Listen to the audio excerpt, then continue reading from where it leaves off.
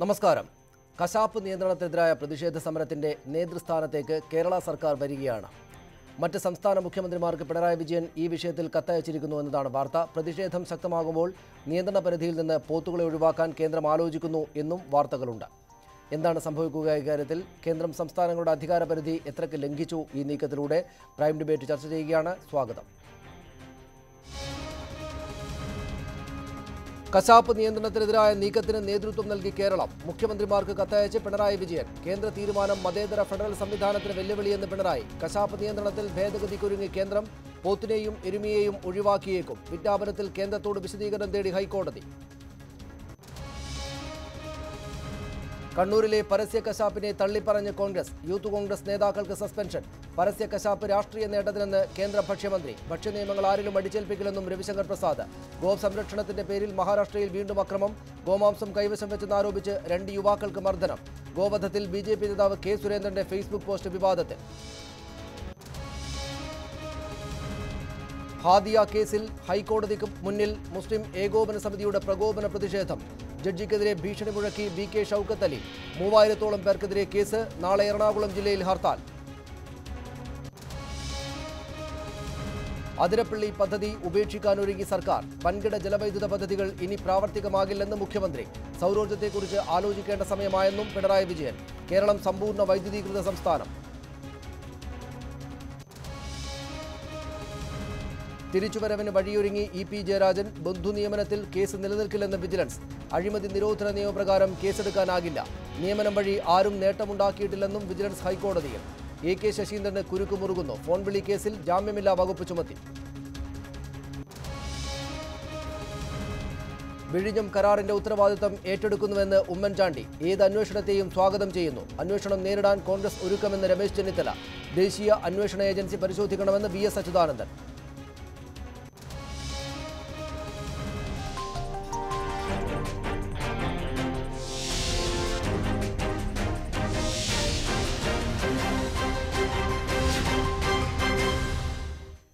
കേന്ദ്രം തിരുത്തുമോ?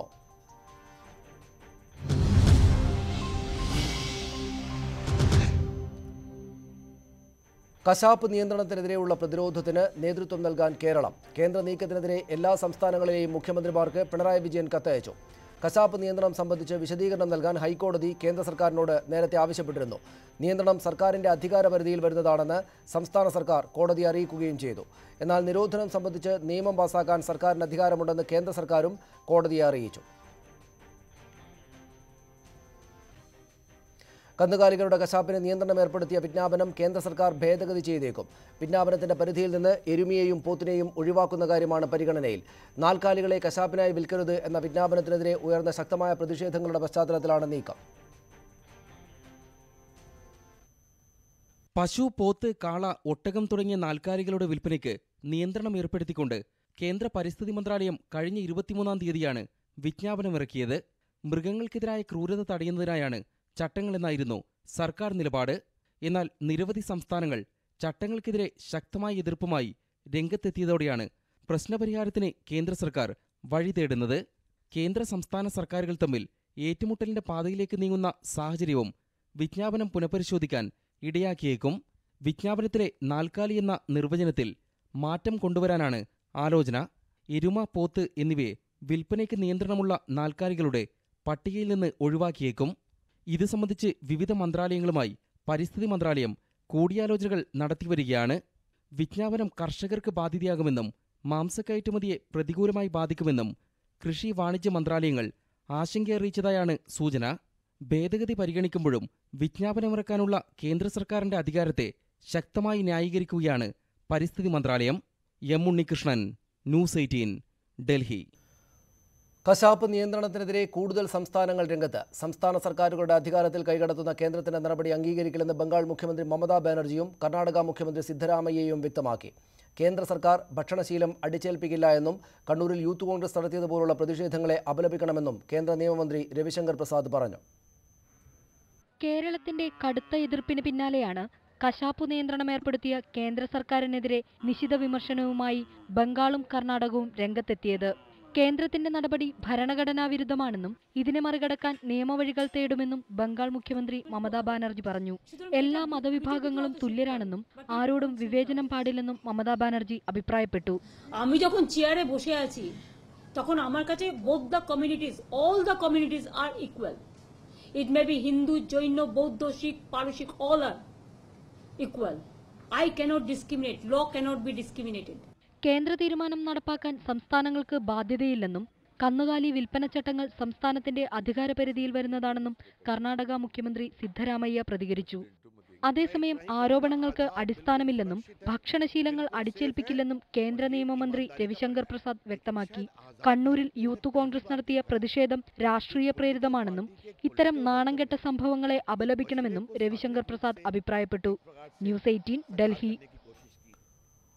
BJP നേതാവ് Shri JR Padmakumar Thiruvananthapuram സ്റ്റുഡിയോയിലുണ്ട്. Dalit ചിന്തകൻ Shri Sunny M Kappikkad കോട്ടയത്ത് നിന്നും ഈ ചർച്ചയിൽ ചേരുന്നു. ശ്രീ KJ ജേക്കബ് മാധ്യമപ്രവർത്തകൻ, അദ്ദേഹം കൊച്ചിയിൽ നിന്നുമാണ് ചർച്ചയിൽ ചേരുക.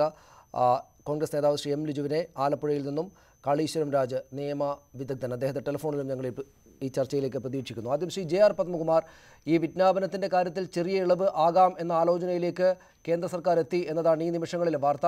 അങ്ങനെ അവരാലോചിക്കുന്നു എന്ന് വാർത്തയിൽ പറയുന്നുണ്ട്. നോക്കൂ, ഇത് വിവിധ സംസ്ഥാന സർക്കാരുകൾ സംസ്ഥാനങ്ങളിൽ നിന്നുയർന്ന അതിശക്തമായ എതിർപ്പിൻ്റെ പശ്ചാത്തലത്തിലുള്ളതാണോ? അങ്ങനെ ഒരു തിരുത്ത് നാട് പ്രതീക്ഷിക്കുന്നതിൽ തെറ്റുണ്ടാകുമോ? പിണറായി വിജയൻ എല്ലാ സംസ്ഥാന മുഖ്യമന്ത്രിമാർക്കും കത്തയച്ചിരിക്കുന്നു. കേരളം തന്നെ ഈ പ്രതിഷേധത്തിൻ്റെ നേതൃത്വത്തിലേക്ക് വരുന്നതിനെ കൂടെ കണക്കിലെടുത്തായിരിക്കുമോ കേന്ദ്രത്തിൻ്റെ തിരുത്തൽ ഉണ്ടാകുമെങ്കിൽ ആ നീക്കം?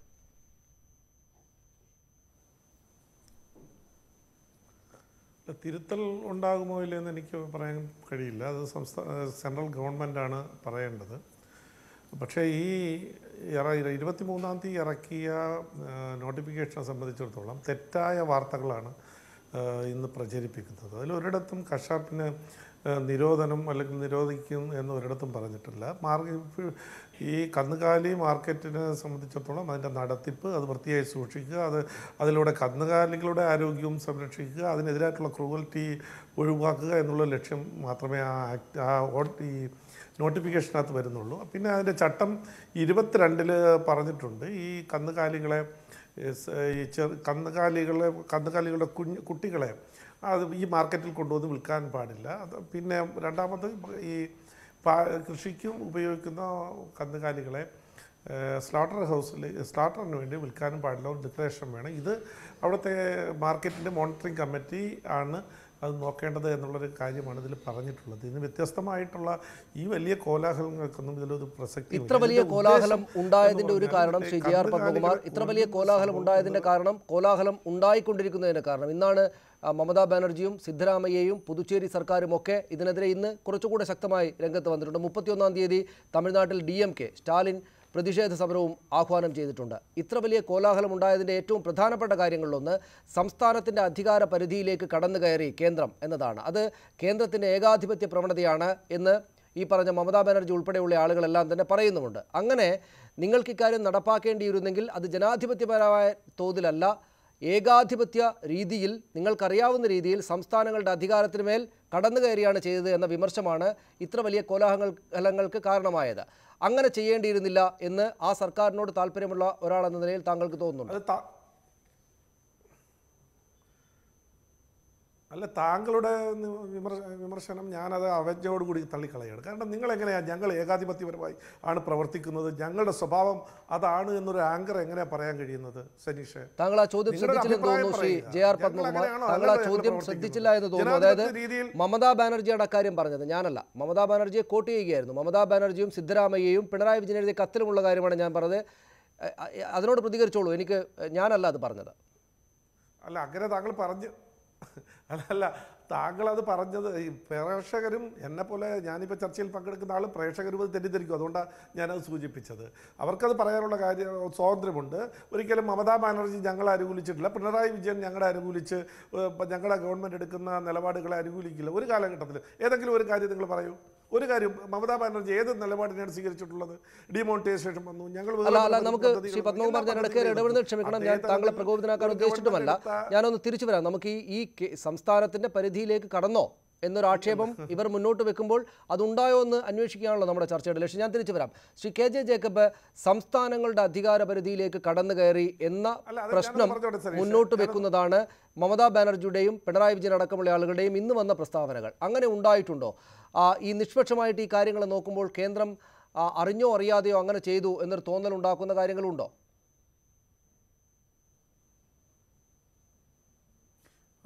നമ്മൾ നിയമം ഇത് സത്യത്തിൽ എനിക്ക് തോന്നുന്നു ഇന്ന് കോടതിയിൽ കേസ് വന്നിട്ടുണ്ട്. ഇതിലേക്ക് സംസ്ഥാന സർക്കാരും കക്ഷി ചേർന്നിട്ടുണ്ടെന്നാണ് മനസ്സിലാകുന്നത്. അത് നിയമപ്രശ്നമാണ്. പക്ഷേ അതിൽ നമ്മൾ രാഷ്ട്രീയം നമ്മൾ കാണേണ്ടതുണ്ട്. കാരണം ഇതിൻ്റെ അകത്ത് നമ്മളോട് പറഞ്ഞിരുന്നത് BJP നേതാക്കന്മാരെല്ലാവരും നമ്മളോട് പറയുന്നത് ഇത് സുപ്രീം കോടതിയുടെ വിധിയുടെ ഭാഗമായിട്ട് വന്ന ഒരു വിജ്ഞാപനമാണ് എന്നുള്ളതാണ്. അതാണ് ഇതുമായിട്ട് ബന്ധപ്പെട്ട് BJP നേതാക്കന്മാർ നടത്തിക്കൊണ്ടിരിക്കുന്ന ഒരു അസത്യ പ്രചരണം എന്ന് ഞാൻ കരുതുന്നു. കാരണം സുപ്രീം കോടതി ഈ കാറ്റിൽ മാർക്കറ്റുകളെ നിയന്ത്രിക്കുന്നതിനെക്കുറിച്ചല്ല പറഞ്ഞത്. അവിടുന്ന് കാറ്റിൽ മാർക്കറ്റിൽ ആര് വിൽക്കണം, എന്ത് വിൽക്കണം എന്നുള്ളതിനെക്കുറിച്ചല്ല സുപ്രീം കോടതി പറയുക.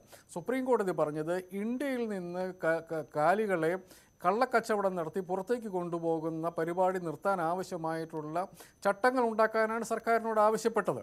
അതിനു പകരം ഇവരെന്താണ് ചെയ്തിരിക്കുന്നത്?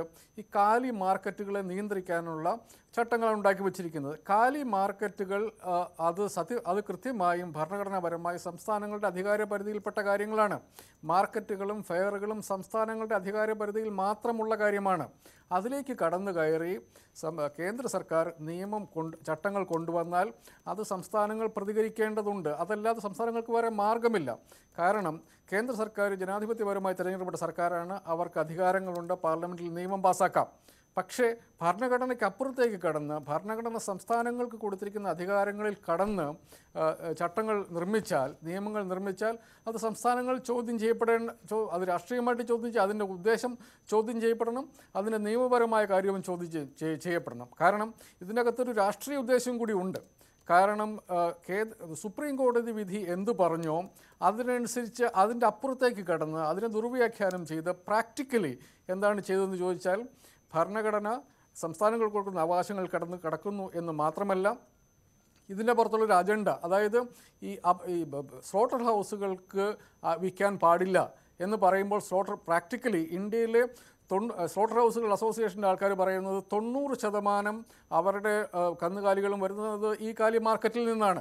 അപ്പോൾ അതിൽ അവർക്ക് വിൽക്കാൻ പാടില്ല എന്ന് പ്രാക്ടിക്കലി പറയുമ്പം സ്ലോട്ടർ ഹൗസുകളെ പ്രാക്ടിക്കലി പട്ടിണിക്കിടുകയാണ്. ആ ഒരവസ്ഥ, അതായത് ഗോവധ നിരോധനമെന്ന് BJP നേതാക്കന്മാർ നമ്മുടെ പരസ്യമായി പറയുന്ന കാര്യം, അത് അവരുടെ പാർട്ടിയുടെ നിലപാടാണ്. അത് നമുക്ക് എതിർക്കേണ്ട കാര്യമില്ല, അത് അവരുടെ നിലപാടാണ്. അത് ഒളിച്ചു കടത്താനുള്ള ഒരു ശ്രമം നടത്തുമ്പോൾ അതിനെ രാഷ്ട്രീയമായിട്ട് നേരിടേണ്ടതുണ്ട്. അത് അവർ കൃത്യമായി പറയട്ടെ, നിയമനിർമ്മാണം കൊണ്ടുവരട്ടെ. അതിൻ്റെ അപ്പുറത്തേക്ക് അങ്ങനെ ഒരു ഒളിച്ചുകളി നടത്തുമ്പോൾ അതിൽ രാഷ്ട്രീയമായ പ്രശ്നമുണ്ട്, നിയമപരമായ പ്രശ്നമുണ്ട്. ഞാൻ തിരിച്ചു വരാം ശ്രീ ജേക്കബ്. രണ്ട് പ്രശ്നങ്ങളിലേക്ക് നമുക്ക് പോകേണ്ടതുണ്ട്. ഞാൻ താങ്കളിലേക്ക് തിരിച്ചു വരാം ശ്രീ ജേക്കബ്. ശ്രീ സണ്ണി എം കവിക്കാട്, രാഷ്ട്രീയമായൊരു പ്രശ്നമുണ്ട്. ഈ സർക്കാരിൻ്റെ ഭാഗത്ത് നിന്ന് ഈ സർക്കാരിനെ വിമർശിക്കുന്ന ആളുകൾ ചില കാര്യങ്ങൾ ഈ സർക്കാർ വലിയ അധികാരത്തിലിരിക്കുന്നത് കൊണ്ടുണ്ടായേക്കും സമൂഹത്തിൽ എന്ന് ആശങ്കപ്പെടുകയും പ്രതീക്ഷിക്കുകയും ചെയ്തിരുന്നു. അത്തരത്തിലൊന്ന് നടപ്പാക്കപ്പെടുകയാണോ ഉണ്ടായത്? ഇപ്പറയുന്ന ചട്ടവിരുദ്ധവും അധികാരം ലംഘിച്ചുമൊക്കെ ഒക്കെയാണ് ഈ കാര്യങ്ങൾ നടപ്പാക്കിയിരിക്കുന്നതെങ്കിൽ അതിൻ്റെ രാഷ്ട്രീയമായ ലക്ഷ്യം എന്താണ്?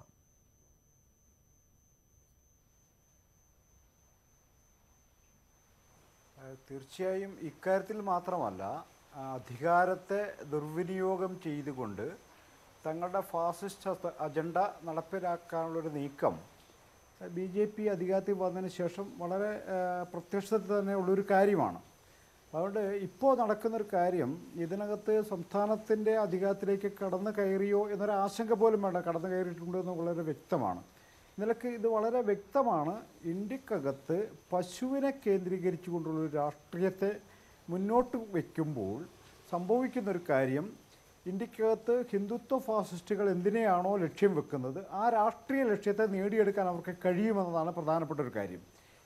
അതുകൊണ്ട് പശുവിനെ കേന്ദ്രീകരിച്ചുള്ള രാഷ്ട്രീയ ചർച്ചയെ നിലനിർത്തുക എന്നത് ഇവരുടെ ഒരു രാഷ്ട്രീയ തന്ത്രമായി തന്നെ നമ്മൾ മനസ്സിലാക്കേണ്ടതുള്ളൂ. അതല്ലാതെ ഇന്ത്യയിൽ ആരും ബീഫ് കഴിക്കണ്ട, മുസ്ലിങ്ങൾ ബീഫ് കഴിക്കണ്ട, ദളിതർ ബീഫ് കഴിക്കണ്ട എന്നുള്ള സാങ്കേതിക പ്രശ്നത്തിനപ്പുറം ഈ പശു കേന്ദ്രീകൃതമായ രാഷ്ട്രീയം ഈ ഹിന്ദുത്വ രാഷ്ട്രീയത്തെ എപ്പോഴും സഹായിച്ചുകൊണ്ടിരിക്കുന്നു എന്നതാണ് നാം തിരിച്ചറിയേണ്ട ഒരു കാര്യം. അതുകൊണ്ട് ഇതിനെ മറികടക്കുന്ന മറ്റൊരു രാഷ്ട്രീയത്തെയാണ് നമുക്കിതിന് പ്രതിരോധമായി മുന്നോട്ട് വെക്കേണ്ടത് എന്നാണ് എൻ്റെ സുചിന്തിതമായ അഭിപ്രായം. അങ്ങനെയുള്ള ഒരു രാഷ്ട്രീയത്തെ മുന്നോട്ട് വെക്കൽ ഉണ്ടാകുന്നുണ്ടോ? ശ്രീ എം ലിജു, അദ്ദേഹം ആലപ്പുഴയിലുണ്ട്. ശ്രീ എം ലിജു, ഇതിനെതിരായിട്ടുള്ള പ്രതിഷേധം, പ്രതിരോധ സമരങ്ങൾ ഇത് കുഴപ്പം പിടിച്ചതാണ് എന്ന് നിങ്ങളെല്ലാ രാഷ്ട്രീയ പാർട്ടികളും, BJP ഒഴികെയുള്ള ബാക്കി എല്ലാ രാഷ്ട്രീയ പാർട്ടികളും, സ്വതന്ത്രമായി നിരീക്ഷിക്കുന്ന ആളുകളും ഒക്കെ പറയുന്നുണ്ട്. പക്ഷേ അതിനെതിരായിട്ടുള്ള പ്രതിഷേധം, പ്രതിരോധം നേരാവണ്ണം തന്നെയാണോ മുന്നോട്ട് പോകുന്നത്? ഇന്നിപ്പോൾ കണ്ണൂരിൽ നടന്ന സംഭവം പാർട്ടി വൈസ് പ്രസിഡന്റ് തന്നെയും തള്ളിപ്പറയേണ്ടതായി വന്നു. സംസ്ഥാന സർക്കാരിന് വേണ്ടി മുഖ്യമന്ത്രി പിണറായി വിജയൻ വന്ന് നേതൃത്വം ഏറ്റെടുക്കുന്നത് പോലെ അദ്ദേഹത്തിൻ്റെ പാർട്ടിക്ക് ഇവിടെ മാത്രമേ അധികാരമുള്ളൂവെങ്കിലും എല്ലാ സംസ്ഥാനത്തിൻ്റെ മുഖ്യമന്ത്രിമാർക്കും കത്തയക്കുകയും ചെയ്തിരിക്കുന്നു. പ്രതിപക്ഷം ഇതൊരു വലിയ രാഷ്ട്രീയ പ്രശ്നവും ഫെഡറൽ സംവിധാനത്തിനെതിരായിട്ടുള്ള കുഴപ്പം പിടിച്ച നീക്കവുമൊക്കെ ആണെങ്കിൽ, അത് ആണ് എന്ന നിലപാട് വസ്തുതയും സത്യവുമാണെങ്കിൽ, കോൺഗ്രസ് ഇക്കാര്യത്തിൽ പ്രതിപക്ഷ സ്ഥാനത്ത് നേതൃസ്ഥാനത്തേക്ക് എത്തുന്നതിൽ പരാജയപ്പെടുന്നുണ്ടോ?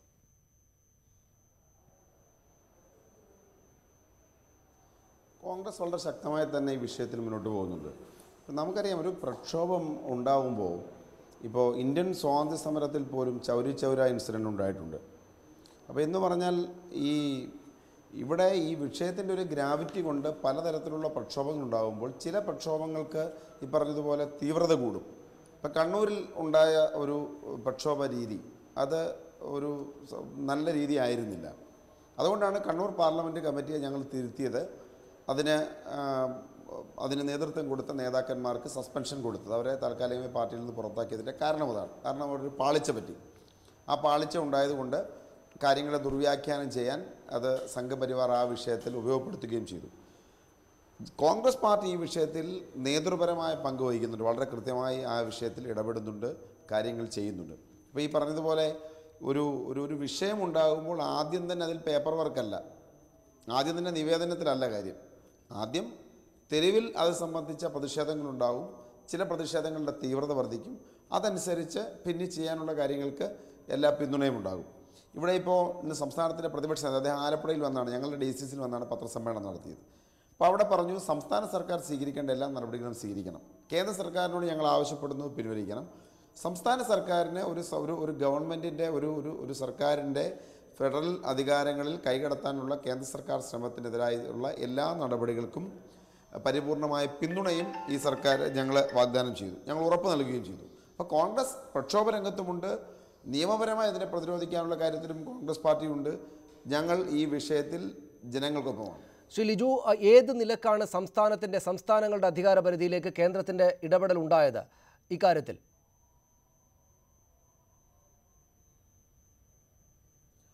അത് 2-3 തലത്തിൽ ഉണ്ട് സനീഷ്. ഒന്ന്, ഈ പറഞ്ഞതുപോലെ മൃഗസംരക്ഷണം എന്നത് ഒരു സ്റ്റേറ്റ് ലിസ്റ്റ് സബ്ജക്റ്റാണ്. നമുക്കറിയാം, ഈ മൃഗങ്ങളുടെ സംരക്ഷണം ഒരു സംസ്ഥാനങ്ങളുടെ അധികാര പരിധിയിൽ വരുന്ന കാര്യമാണ്. അവിടെ ഒരു കേന്ദ്ര സർക്കാർ നിയമനിർമ്മാണം നടത്തുന്നത് ഒരിക്കലും അംഗീകരിക്കാൻ കഴിയുന്ന ഒന്നല്ല. 2, ഇപ്പം നമുക്കറിയാം, ഇപ്പോൾ ഇറക്കിയിരിക്കുന്ന റൂൾസ് എന്തിനെ അടിസ്ഥാനപ്പെടുത്തിയിട്ടുള്ളതാണ്? 1960-ലെ മൃഗങ്ങൾക്കെതിരെയുള്ള ക്രൂരതയെ അടിസ്ഥാനപ്പെടുത്തിയാണ് ഈ ഒരു റൂൾസ് ഇപ്പോൾ പുറപ്പെടുവിച്ചിരിക്കുന്നത്. നമ്മൾ ആ ആക്ട് പരിശോധിച്ചാൽ മനസ്സിലാക്കാൻ സാധിക്കും, അത് സ്ലോട്ടർ ഉണ്ട്, അതായത് കശാപ്പിനെ സംബന്ധിക്കുന്ന കൃത്യമായ പ്രൊവിഷൻസ് ഉണ്ട്. പക്ഷേ കശാപ്പ് ഇങ്ങനെയൊക്കെ ആയിരിക്കണമെന്നാണ് സൂചിപ്പിക്കുന്നത്.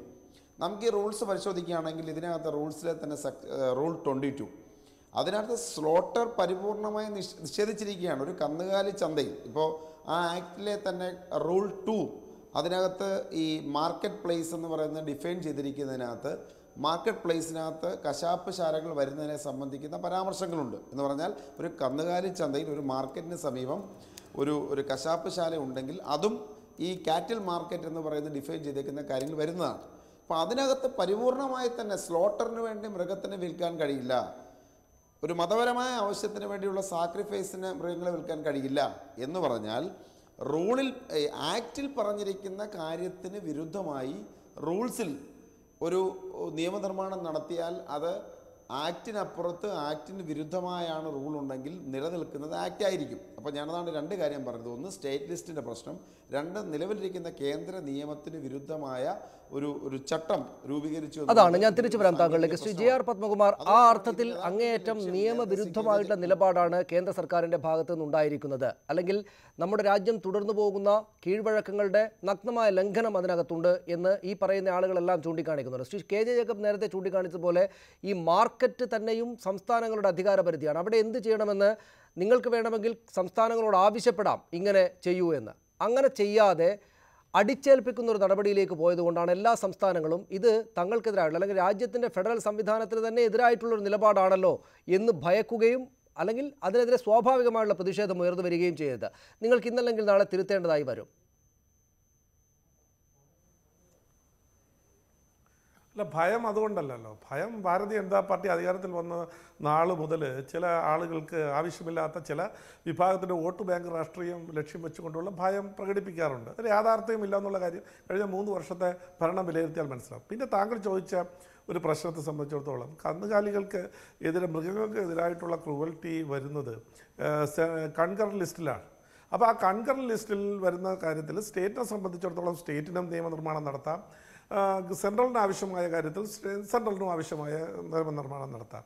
ഈ മാർക്കറ്റുമായി ബന്ധപ്പെട്ട് ഈ മൃഗങ്ങളുടെ ക്രൂവൽറ്റി, മൃഗങ്ങൾക്കെതിരായി ക്രൂവൽറ്റി ഈ മാർക്കറ്റിലൂടെ നടക്കുന്നു എന്ന് പറയുമ്പോൾ തന്നെ അതിൽ നിയമനിർമ്മാണം നടത്താനുള്ള അവകാശം സെൻട്രൽ 1960 ആക്റ്റും സെൻട്രൽ ആക്റ്റാണല്ലോ. അപ്പോൾ അതനുസരിച്ച് നിയമനിർമ്മാണം നടത്താനുള്ള അവകാശം സെൻട്രലിനുണ്ട്. ഇത് രണ്ടിനും കൂടി തമ്മിലുള്ളൊരു വ്യത്യാസം ഒരു തിൻ ലൈനാണ്. അത് കോടതി നിരീക്ഷിക്കട്ടെ. അതിൽ ഗവൺമെൻറ്റിൻ്റെ എന്തെങ്കിലും ഓവർലാപ്പ് വന്നിട്ടുണ്ടോ? പലപ്പോഴും നിയമനിർമ്മാണങ്ങളിൽ അങ്ങനെ ഉണ്ടാവാറുണ്ട്. സംസ്ഥാനത്തിൻ്റെയും സംസ്ഥാനം നിയമനിർമ്മാണം നടത്തുമ്പോഴും കൺകറന്റ് ലിസ്റ്റിനകത്ത് ചില പ്രശ്നങ്ങൾ വരാറുണ്ട്. പക്ഷെ അത് കോടതി വിശദീകരിക്കട്ടെ. അതല്ലാതെ ഇത് വലിയ എന്തോ ജനാധിപത്യ വിരുദ്ധമായ എന്തോ ഒരു സംഭവം സെൻട്രൽ ഗവൺമെൻറ് പ്രവർത്തിക്കുന്നു ചെയ്യുന്നു എന്നുള്ള രീതിയിലുള്ളൊരു പ്രചരണം നമുക്ക് അപകടകരമാണ്, ആവശ്യമില്ലാത്ത ഒരു കാര്യമാണ്. സെൻട്രൽ ഗവൺമെൻറ്റിനെ സംബന്ധിച്ചിടത്തോളം ഞങ്ങൾ അധികാരത്തിൽ വന്നത് ഇവരെല്ലാവരും അധികാരത്തിൽ വരുന്നത് പോലെ തന്നെ സെക്രട്ടേറിയറ്റിൻ്റെ മതിൽ ചാടി കയറി എന്നും അധികാരത്തിൽ വന്നവരല്ല. ജനങ്ങൾ തെരഞ്ഞെടുത്ത അതിലൊന്നും സംശയമില്ലാത്ത കാര്യമാണ്. അതൊന്നും നമ്മൾ ചർച്ച പോലും ചെയ്യേണ്ടുന്ന കാര്യമല്ല, അതൊരു പ്രസ്താവനയായിട്ട് പറയേണ്ടുന്ന കാര്യം പോലും അല്ല, എല്ലാവർക്കും അറിയാവുന്നതാണ്. പക്ഷേ ശ്രീ JR പത്മകുമാർ, ഇവിടെ നിങ്ങളുടെ ഒരു രാഷ്ട്രീയത്തിൻ്റെ ഒളിച്ചുകടത്തൽ ഉണ്ട് എന്ന് സംശയിക്കുന്ന ആളുകൾ, നേരത്തെ ശ്രീ സണ്ണി എം കബഡിക്കാട് അദ്ദേഹത്തിൻ്റെതായിട്ടുള്ള ഭാഷയിൽ അക്കാര്യം പറഞ്ഞു. അതായത് ഇത് പ്രതീക്ഷിക്കേണ്ടതാണ്. ഇത് സംസ്ഥാനത്തിൻ്റെ അധികാരപരിധിയിലേക്കുള്ള കടന്നുകയറ്റമാണോ എന്നൊക്കെ ചോദിച്ചാൽ ഒരുപക്ഷെ നിങ്ങൾ തന്നെ പറഞ്ഞു, അല്പം മുമ്പ് താങ്കൾ തന്നെ പറഞ്ഞു, നിയമപരമായി കോടതി ഇടപെടട്ടെ എന്ന്. കോടതി ഇടപെടട്ടെ എന്ന് പറഞ്ഞ് വേണമെങ്കിൽ പൂർണ്ണമായും പിൻവലിച്ച് നിങ്ങൾ പോയാൽ തന്നെയും അതിന് പിന്നിൽ ഒരു രാഷ്ട്രീയത്തിൻ്റെ മുന്നോട്ട് വെപ്പുണ്ട്. ആ രാഷ്ട്രീയം മറ്റുള്ള ആളുകളെ ബുദ്ധിമുട്ടിക്കുന്ന രാഷ്ട്രീയമാണ് എന്ന് വിചാരിക്കുന്ന ആളുകളും അത് പ്രചരിപ്പിക്കുന്ന ആളുകളുമാണ് അപ്പുറത്ത് CPM-ൻ്റെയും അല്ലെങ്കിൽ കോൺഗ്രസിൻ്റെയും മറ്റു രാഷ്ട്രീയ പാർട്ടികളുടെയും ഒക്കെ ആളുകളായിട്ടിരിക്കുന്നത്. അതിൽ എത്രത്തോളം വസ്തുതയുണ്ട്? അല്ല, 2014 മെയ് മാസം തൊട്ട് ഈ ഇങ്ങനെയുള്ളൊരു പ്രചരണം നടക്കുന്നുണ്ടല്ലോ. എന്തെല്ലാം പ്രചരണങ്ങളാണ് ന്യൂനപക്ഷ സമുദായത്തിനെ BJP-ക്കെതിരായിട്ട് തിരിക്കുന്ന അല്ലെങ്കിൽ ഗവൺമെൻറ്റിനെതിരായിട്ട് തിരിക്കുന്നതിന് വേണ്ടിയിട്ടുള്ള ശ്രമം നടത്തി. പക്ഷേ അതിപ്പോൾ വലിയ ഗൗരവമായിട്ട് അത്ര മുന്നോട്ട് വരുന്നില്ല. മുസ്ലിം സമുദായം തന്നെ അത്, പ്രത്യേകിച്ചും മുസ്ലിം ക്രിസ്ത്യൻ സമുദായം അത് മനസ്സിലാക്കി അവർ പെരുമാറുന്നുണ്ട്. ഇപ്പം ചില ആളുകൾ ഇറങ്ങിയിട്ടുണ്ട്. കാരണം ഈ ഭാരതീയ ജനതാ പാർട്ടിയുടെയും അതുപോലെ തന്നെ മറ്റ് ഈ ഗവൺമെൻറ്റിൻ്റെയും നിർണായകമായ പങ്ക് വഹിക്കുന്നത് ദളിത് സമൂഹങ്ങളാണ്, പ്രത്യേകിച്ച് SC/ST സമൂഹങ്ങളാണ്. ഇന്ന് BJP ഏറ്റവും കൂടുതൽ ആ സമൂഹം വിശ്വാസം അർപ്പിച്ചിട്ടുള്ളത് ഭാരതീയ ജനതാ പാർട്ടിയെയാണ്. അപ്പോൾ ഈ സമൂഹത്തെ ഇവിടെ നിന്ന് തള്ളി മാറ്റി ചില ആളുകളുടെ കയ്യിൽ കൊണ്ട് എത്തിച്ചു കൊടുക്കുന്നതിന് വേണ്ടി അച്ചാരം വാങ്ങിയിട്ടുള്ള ചില ആളുകളുണ്ട്. അവർക്ക് എപ്പോഴും യൂനയിൽ പ്രശ്നം, മറ്റിടത്ത് പ്രശ്നം, മറിച്ചിടത്ത് പ്രശ്നം എന്ന് പറഞ്ഞു കൊടുക്കുള്ള പ്രചരണം നടത്തുന്നുണ്ട്. പക്ഷേ അതും ഞാൻ നേരത്തെ പറഞ്ഞതുപോലെ ആ സമൂഹം വളരെ വ്യക്തമായി മനസ്സിലാക്കി ആരോടൊപ്പമാണ് നിൽക്കേണ്ടത് എന്നുള്ള കാര്യം ആ സമൂഹത്തിന് നന്നായിട്ട് അറിയാം. ആരാണ് അവരുടെ അവകാശം സംരക്ഷിക്കുന്നതെന്ന് അവർക്കറിയാം. അതുകൊണ്ട് അത്തരത്തിൽ ഇവരെയൊക്കെ മാറ്റി എവിടെയെങ്കിലും കൊണ്ട് എത്തിച്ചു കൊടുക്കാമെന്ന് ആരെങ്കിലും ധരിച്ചിട്ടുണ്ടെങ്കിൽ അത് വ്യാപകമാകും. അതിന് ഒരു പ്രസക്തി ഇല്ലാതാണ് ഇന്ത്യൻ രാഷ്ട്രീയം ഇപ്പോൾ പറയുന്നത്. അതാണ് ആത്മവിശ്വാസം. ശ്രീ സണ്ണി എം കബിക്കാട്, ഈ ഉനയിലെയൊക്കെ പ്രതിഷേധങ്ങൾ, ദളിത് സമരങ്ങൾ, ഈ പറയുന്ന ജിഗ്നേഷ് മേവാനിയുടെയും ഭീം ആർമിയുടെയും ഒക്കെ വരവ്, ഉനയിലെ പ്രതിഷേധങ്ങൾ, വലിയ തോതിൽ അതിക്രമങ്ങൾ, പശുവിനെ നിങ്ങളെടുത്തുകൊള്ളൂ എന്നുള്ള തരത്തിലുള്ള പ്രതിഷേധ സമരങ്ങൾ, വലിയ തോതിലുള്ള ദളിത് ഉണർവ് രാജ്യത്തുണ്ടായ കാലമാണ്. അത് വലിയൊരു അളവോളം ഈ കേന്ദ്ര സർക്കാരിൻ്റെ സംഘപരിവാർ സർക്കാരിനെതിരെയുമായിരുന്നു. പക്ഷേ അപ്പോൾ പോലും, അതിനൊക്കെ ശേഷം പോലും താങ്കൾ ഈ പറയുന്നത് പോലെ അല്ലെങ്കിൽ വലിയൊരു കൂട്ടം കണക്കാക്കുന്ന പോലെ രാഷ്ട്രീയമായിട്ടുള്ള ചില നിശ്ചയദാർഢ്യങ്ങളിലൂടെ മുന്നോട്ട് പോകുന്ന ഒരു സർക്കാരിനെയാണ് നമുക്ക് കാണാനാകുന്നത്. അവർ പിന്മാറിയേക്കാം, പിന്മാറില്ലായിരിക്കാം, എന്തായാലും ഈ സംഗതി ഇവിടെ ഉണ്ടായിട്ടുണ്ട്. എന്തുകൊണ്ടാണ് ആ ധൈര്യം അവർക്ക് കിട്ടുന്നത്? ദളിത് വിഭാഗങ്ങളെ അടക്കം തങ്ങൾക്കൊപ്പം ചേർക്കാനാകും, തങ്ങളുടെ കാര്യങ്ങൾ ബോധ്യപ്പെടുത്തി കൊടുക്കാനാകും എന്ന ആത്മവിശ്വാസമാവുകയില്ലേ കേന്ദ്ര സർക്കാരിനെ ഇത്തരം നയങ്ങളിലേക്ക് കൊണ്ടുപോകുന്നത്?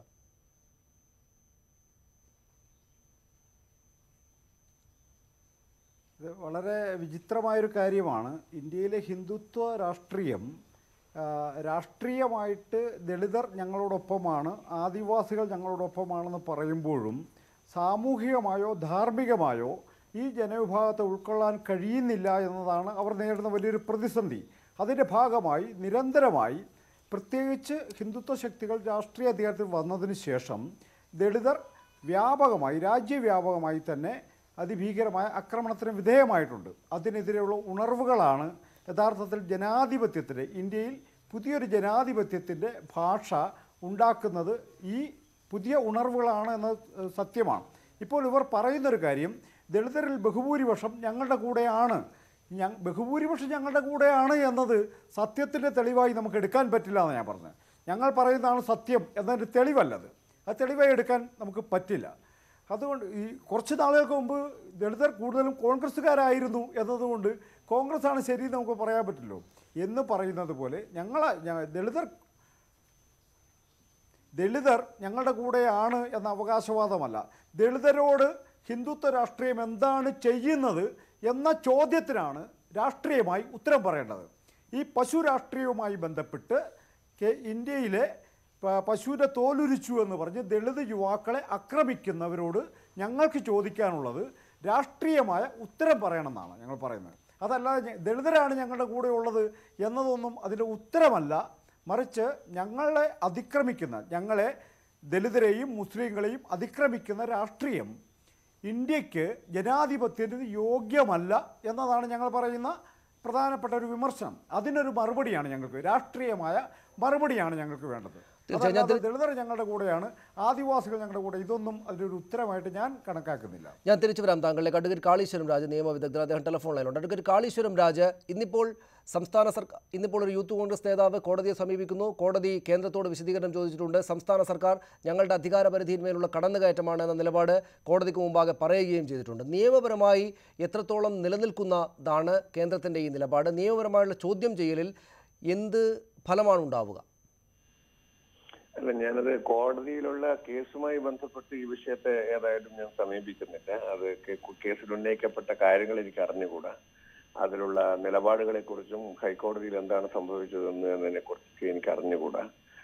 പൊതുവായി ഇത് സംബന്ധിച്ച ഒരു അക്കാഡമിക് ചർച്ച എന്നുള്ള രീതിയിൽ പൊതുവായിട്ടുള്ള ചില കാര്യങ്ങൾ മാത്രം പറയാം. രണ്ട് വിഷയങ്ങൾ പ്രധാനമായും പറയാം. ഒന്ന്, ഇത് സംസ്ഥാനങ്ങളുടെ ഈ വിജ്ഞാപനം, അതിന്റെ രാഷ്ട്രീയത്തെ കുറിച്ചിട്ട് വിരുദ്ധാഭിപ്രായങ്ങൾ ഉണ്ടാകാം. അത് ഒരു അഭിപ്രായം അടിച്ചേൽപ്പിക്കുന്ന രീതിയിലുള്ള കാര്യമാണോ, ഭക്ഷ്യ സ്വാതന്ത്ര്യത്തിലുള്ള കൈകടത്തലുകളാണോ, ആ കാര്യത്തിലൊക്കെ അഭിപ്രായ വ്യത്യാസങ്ങൾ ഉണ്ടാകാം. അതിനെക്കുറിച്ചല്ല ഞാൻ പറയുന്നത്. ഇത് സംസ്ഥാനങ്ങളുടെ ഭരണഘടനാപരമായ അധികാരത്തിലുള്ള കൈകടത്തലാണ് എന്ന് ഞാൻ കരുതുന്നില്ല.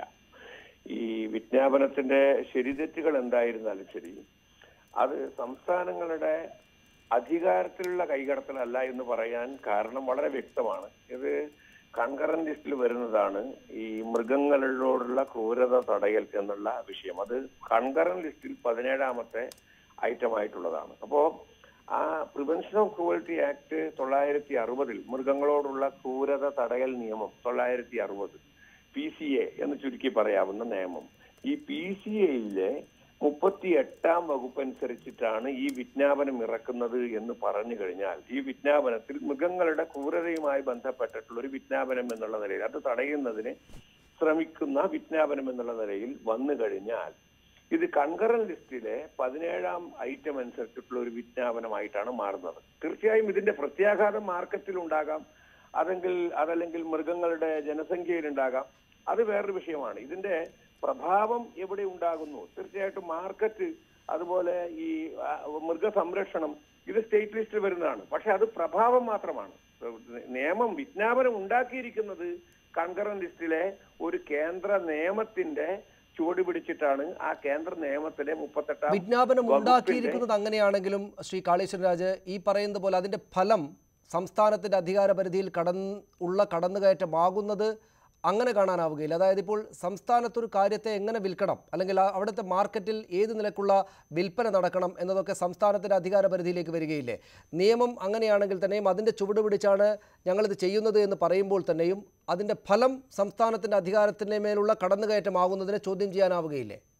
ഇല്ല, അതാണ് പറഞ്ഞത്. ഈ ഒരു നിയമത്തെ വ്യാഖ്യാനിക്കുന്നത്, ഒരു നിയമം, ഇതിപ്പോൾ ചട്ടങ്ങളാണ് വന്നിരിക്കുന്നത്.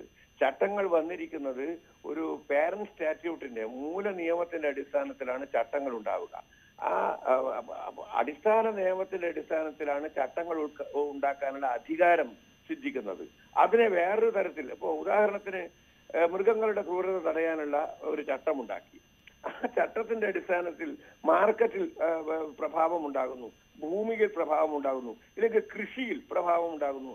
അത് ആ രീതിയിൽ വ്യാഖ്യാനിച്ചു കഴിഞ്ഞാൽ കേന്ദ്രവും സംസ്ഥാനവും ഉണ്ടാക്കുന്ന എല്ലാ ചട്ടങ്ങളെയും അവ്യക്തതയുടെ അല്ലെങ്കിൽ സന്നിഗ്ധതയുടെ നിലയിലേക്ക് കൊണ്ടുപോകാൻ കഴിയും. അതല്ല, അതുകൊണ്ടാണ് പറയുന്നത് നിയമത്തെ കൃത്യമായിട്ടാണ് വിലയിരുത്തേണ്ടത്. അത് ഏത് അടിസ്ഥാന നിയമത്തിന്റെ അടിസ്ഥാനത്തിൽ. ഇതിൽ മൃഗങ്ങളുടെ ക്രൂരതയുമായി യാതൊരു ബന്ധവുമില്ലാത്ത വിഷയമാണ് ഇതെങ്കിൽ അത് മറ്റൊരു വിഷയമാണ്. പക്ഷെ അങ്ങനെയുള്ള ഒരു വിമർശനം ഇപ്പോൾ ഉന്നയിക്കപ്പെട്ടിട്ടില്ല. അധികാരം നോക്കുമ്പോൾ എപ്പോഴും മൂല നിയമം അത് പാർലമെന്ററി നിയമമാണ്. ചുരുക്കി പറഞ്ഞാൽ, ഒറ്റ വാചകത്തിൽ പറഞ്ഞാൽ അല്ലെങ്കിൽ തെളിച്ചു പറഞ്ഞാൽ, prevention of cruelty against animals എന്നുള്ള രീതിയിൽ ഒരു നിയമം, മൃഗങ്ങളോടുള്ള ക്രൂരത തടയുവാനുള്ള നിയമം ഉണ്ടാക്കാൻ കേന്ദ്രത്തിന് എത്ര കണ്ട് അധികാരമുണ്ടോ അത്ര തന്നെ അധികാരം ഈ പറയുന്ന ചട്ടങ്ങൾ ഉണ്ടാക്കാനുമുണ്ട്. മാത്രവുമല്ല, അതിനെതിരെയുള്ളൊരു നിയമം ഇനി സംസ്ഥാനം ഉണ്ടാക്കി കഴിഞ്ഞാൽ, ഇല്ലെങ്കിൽ ഇതിനു മുമ്പ് എവിടെയെങ്കിലും ഏതെങ്കിലും സംസ്ഥാനം ഉണ്ടാക്കിയിട്ടുണ്ടെങ്കിൽ അത് ഈ കേന്ദ്ര വിജ്ഞാപനത്തിന് ചട്ടങ്ങൾക്ക് എത്രത്തോളം വിരുദ്ധമാണോ അത്രത്തോളം സംസ്ഥാന നിയമം അസാധുവായിരിക്കും എന്നുള്ളതാണ് 254 അനുച്ഛേദത്തിന്റെ താല്പര്യം. അതുകൊണ്ട് ഈ കാര്യത്തിൽ സംശയമില്ല, നിയമപരമായ സംശയമില്ലാത്ത കാര്യമാണ്. രാഷ്ട്രീയമായ അഭിപ്രായ വ്യത്യാസങ്ങൾ ഉണ്ടാകാം, അത് ഏതായാലും എന്റെ മറുപടിയുടെ വിഷയമല്ല. ഇതാണ് ഇതുമായി ബന്ധപ്പെട്ട അടിസ്ഥാനപരമായ നിയമതത്വം. പിന്നെ മറ്റൊരു വിഷയം ഉന്നയിക്കപ്പെട്ടിരിക്കുന്നത് ഇത് മൂല നിയമത്തിന്, അതിൽ ഒരു പരിധി വരെ ഈ പറയുന്ന സ്ലോട്ടർ അല്ലെങ്കിൽ കശാപ്പ് അനുവദിക്കപ്പെട്ടിട്ടുണ്ട്. അതുകൊണ്ട് കശാപ്പിന്റെ നിരോധനം മൂല നിയമത്തിന് എതിരായതുകൊണ്ട് അടിസ്ഥാന നിയമത്തിനെതിരായ ചട്ടം എന്നുള്ള നിലയിൽ ഈ ചട്ടം നിലനിൽക്കത്തക്കതല്ല എന്നുള്ള ഒരു വിമർശനം നിയമമേഖലയിലുണ്ട്. അതിനോടും എനിക്ക് യോജിപ്പില്ല. കാരണം ഇവിടെ കശാപ്പിനെ മൊത്തത്തിൽ നിരോധിക്കുന്ന ഒരു ചട്ടം എന്നുള്ള നിലയിലല്ല ഈ വിജ്ഞാപനം വന്നിരിക്കുന്നത്. ഒരു ക്വാളിഫൈഡ് റെസ്ട്രെയിന്റ് മാത്രമാണ് നൽകിയിരിക്കുന്നത്. അതുകൊണ്ട് നിയമപരമായി ഞാൻ ഇന്നും പറയുന്നു, നിയമപരമായും ധാർമ്മികമായും ഈ വിജ്ഞാപനം ശരിയാണ്. ഒരുപക്ഷെ രാഷ്ട്രീയമായി ഇതിലൊരു ബലപ്രയോഗത്തിന്റെ അംശമുണ്ടാകാം. അത്രത്തോളം രാഷ്ട്രീയമായി മാത്രം ഇത് തെറ്റായിരിക്കാം. വളരെ നന്ദി അഡ്വക്കേറ്റ് കാളീശ്വരൻ രാജ് ഞങ്ങളോട് സംസാരിച്ചതിന്, ഞങ്ങൾക്ക് വിവരങ്ങൾ നൽകിയതിന്. ശ്രീ എം ലിജു, ഇത് രാഷ്ട്രീയമായിട്ടുള്ള ഗൂഢോദ്ദേശങ്ങളുണ്ട്. രാഷ്ട്രീയമായിട്ട് ഈ കേന്ദ്ര സർക്കാരിനുള്ള ലക്ഷ്യങ്ങൾക്ക് വേണ്ടിയിട്ടുള്ള നടത്തിപ്പാണ് ഇത് എന്നൊക്കെ ആരോപിച്ചാൽ തന്നെയും ഇത് കീഴ്വഴക്കങ്ങളുടെ ലംഘനമാണ്, സംസ്ഥാനങ്ങളുടെ അധികാരത്തിന്മേലുള്ള ശരിയല്ലാത്തൊരു ഇടപെടലുണ്ട് എന്നൊക്കെ പറഞ്ഞാൽ തന്നെയും അത് നിയമപരമായും നല്ല സാമർത്ഥ്യത്തോടെയുമാണ് നടപ്പാക്കിയിരിക്കുന്നത് എന്ന് വേണമല്ലോ അദ്ദേഹം പറഞ്ഞതിൽ നിന്ന് മനസ്സിലാക്കാൻ. അങ്ങനെയാണെങ്കിൽ നിയമപരമായി പോകുന്നത് കൊണ്ടും രാഷ്ട്രീയമായിട്ട് ഈ ആളെ കൂട്ടിയിട്ട് പ്രതിഷേധം നടന്നതുകൊണ്ടും എന്ത് ഗുണമാണ് ഉണ്ടാവുക?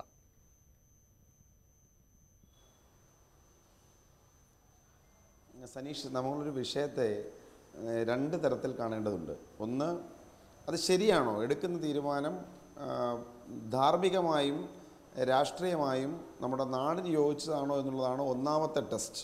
രണ്ടാമത്തേത് മാത്രമാണ് ഈ എടുത്തിരിക്കുന്ന തീരുമാനം നിയമപരമായി നിലനിൽക്കുമോ അല്ലയോ എന്നുള്ള പ്രശ്നം. ഇവിടെ അഡ്വക്കേറ്റ് ശ്രീ കാളീശ്വരൻ രാജ് ഉന്നയിച്ച വിഷയങ്ങൾക്ക് വ്യത്യസ്തമായ അഭിപ്രായങ്ങളുണ്ട്. ഇപ്പോൾ അദ്ദേഹത്തിൻ്റെ അഭിപ്രായം പറഞ്ഞു, അത് കൺകറന്റ് സ്റ്റേറ്റ് ലിസ്റ്റിൽ മാത്രമല്ല, അത് നിയമം നിർമ്മിക്കുന്നതിൽ പ്രശ്നമില്ല. അതോടൊപ്പം തന്നെ 1960 റൂൾസിലെ ഒരു ചില അതിനെ പൂർണ്ണമായി വയലേറ്റ് ചെയ്യുന്നതല്ല ഇതിലെ റൂളുകൾ എന്നാണ് അദ്ദേഹത്തിൻ്റെ വാദഗതി. അത് കോടതിയിൽ ചലഞ്ച് ചെയ്യുകയും അല്ലെങ്കിൽ ആ തരത്തിൽ തീരുമാനമായേണ്ട ഒന്നാണ്. ഞാനിപ്പോൾ അതിനകത്തൊരു പൂർണ്ണമായ അഭിപ്രായപ്പെടുന്നില്ല, ഞാൻ എൻ്റെ ഒരു കാഴ്ചപ്പാട് പറഞ്ഞു എന്നുള്ളതേ ഉള്ളൂ. പക്ഷേ ഏത് തരത്തിൽ നിലനിൽക്കുന്ന, ഇപ്പം നിയമപരമായ ഒരു കാര്യം നിലനിൽക്കുന്നതാണെങ്കിലും ഏറ്റവും പ്രധാനപ്പെട്ട ടെസ്റ്റ് അത് നമ്മുടെ നാടിന് യോജിച്ചതാണോ, രാഷ്ട്രീയമായി അംഗീകരിക്കാൻ കഴിയുന്നതാണോ, ധാർമ്മികമായി അംഗീകരിക്കാൻ കഴിയുന്നതാണോ, ഒരു സാമൂഹ്യ വ്യവസ്ഥയ്ക്ക് അംഗീകരിക്കാൻ കഴിയുന്നു എന്നുള്ളതാണ് ഏറ്റവും പ്രധാനപ്പെട്ട ലിറ്റ്മസ് ടെസ്റ്റ്. അതിൽ ഇത് പരാജയപ്പെടുമെന്ന കാര്യത്തിൽ യാതൊരു സംശയവും വേണ്ട. ഉദാഹരണത്തിന് ഒരു കാലിച്ചന്തയിൽ ഒരു കർഷകന് വീട്ടിൽ വളർത്തുന്ന ഒരു മൃഗത്തിനെ കശാപ്പിനായി വിൽക്കാൻ പാടില്ല. അത് കാർഷിക ആവശ്യങ്ങൾക്കുള്ളതായിട്ട് വീട്ടിൽ വളർത്തുകയാണെന്നുണ്ടെങ്കിൽ ആത്യന്തികമായി അത് മുന്നോട്ട് പൊക്കോട്ടെ, ഇനി അത് വിൽക്കാനേ പറ്റില്ല, വീട്ടിൽ കിടന്നുകൊള്ളണം എന്ന് പറഞ്ഞാൽ അതൊരിക്കലും അംഗീകരിക്കാൻ കഴിയുന്ന ഒന്നല്ല. ആഹാരത്തിന് ഒരു മൃഗത്തെ വാങ്ങാൻ കാലിച്ചന്തയിൽ ഇന്ത്യയിലെ ഗ്രാമങ്ങളിൽ നിന്ന് ഒരു കന്നുകാലിയെ വാങ്ങിക്കൊണ്ടിരുന്ന ഒരു ഇന്ത്യക്കാരന് ഇനി അത് പറ്റില്ല, നിന്റെ ആ വാങ്ങാനുള്ള അവകാശത്തെ ഞാൻ നിഷേധിക്കുന്നു എന്ന് പറഞ്ഞാൽ അത് അംഗീകരിക്കാൻ കഴിയില്ല. തീർച്ചയായും അംഗീകരിക്കാനാവാത്തതാണ്. ഞാൻ തിരിച്ചു വരാം ശ്രീ ലിജു താങ്കളിലേക്ക്. Shri K J Jacob, supreme കോടതി വിധിക്കനുസരിച്ച് ഞങ്ങൾ ഉണ്ടാക്കിയ നിയമമാണിത് എന്നതായിരുന്നു ആദ്യത്തെ അമ്പരപ്പിന് ശേഷമുള്ള ഇതുമായി ബന്ധപ്പെട്ട ആ ഭാഗത്തുള്ള ആളുകളുടെ ന്യായീകരണം. ഇത് ഉറപ്പായിട്ടും രാജ്യത്തിനകത്ത് വലിയ പ്രതിഷേധങ്ങൾക്ക് കാരണമാകാവുന്ന ഒരു സംഗതിയിലേക്കാണ് തങ്ങൾ പ്രവേശിക്കുന്നത് എന്നത് അറിയാതെയായിരിക്കുകയില്ലോ കേന്ദ്ര സർക്കാർ ഇതിലേക്ക് കയറിയിട്ടുണ്ടാവുക, ഈ ചട്ടങ്ങൾ പുറത്തിറക്കിയിട്ടുണ്ടാവുക. സ്വാഭാവികമായിട്ടും അതിൻ്റെ പഴുതുകൾ അടക്കാനുള്ള പണിയും സ്വാഭാവികമായിട്ടും അവർ ചെയ്തിട്ടുണ്ടാകും. എല്ലാ പഴുതുകൾ അടച്ചിട്ടുള്ളൊരു കാര്യമായിരിക്കും മുന്നോട്ട് വെച്ചിട്ടുണ്ടാവുക. പക്ഷേ ഇപ്പോൾ പ്രതിഷേധം കനക്കുമ്പോൾ ചില കാര്യങ്ങൾ വിട്ടുവീഴ്ചയാകാമെന്ന നിലപാട് അവരെടുക്കുന്നതായി കാണുന്നുണ്ട്. ഏത് നിലക്കാണ് നേരത്തെ ശ്രീ അഡ്വക്കേറ്റ് കാളീശ്വരം രാജ് പറഞ്ഞതുപോലെ ഈ ധാർമ്മികമായിട്ടും രാഷ്ട്രീയമായിട്ടും ചോദ്യം ചെയ്യാവുന്ന കാര്യമാണെങ്കിൽ തന്നെയും അതിനെ നിയമപരമായിട്ട് കൃത്യമാക്കി വെച്ചിരിക്കുന്നത്? അങ്ങനെ ഒരു കൃത്യതയുണ്ടോ?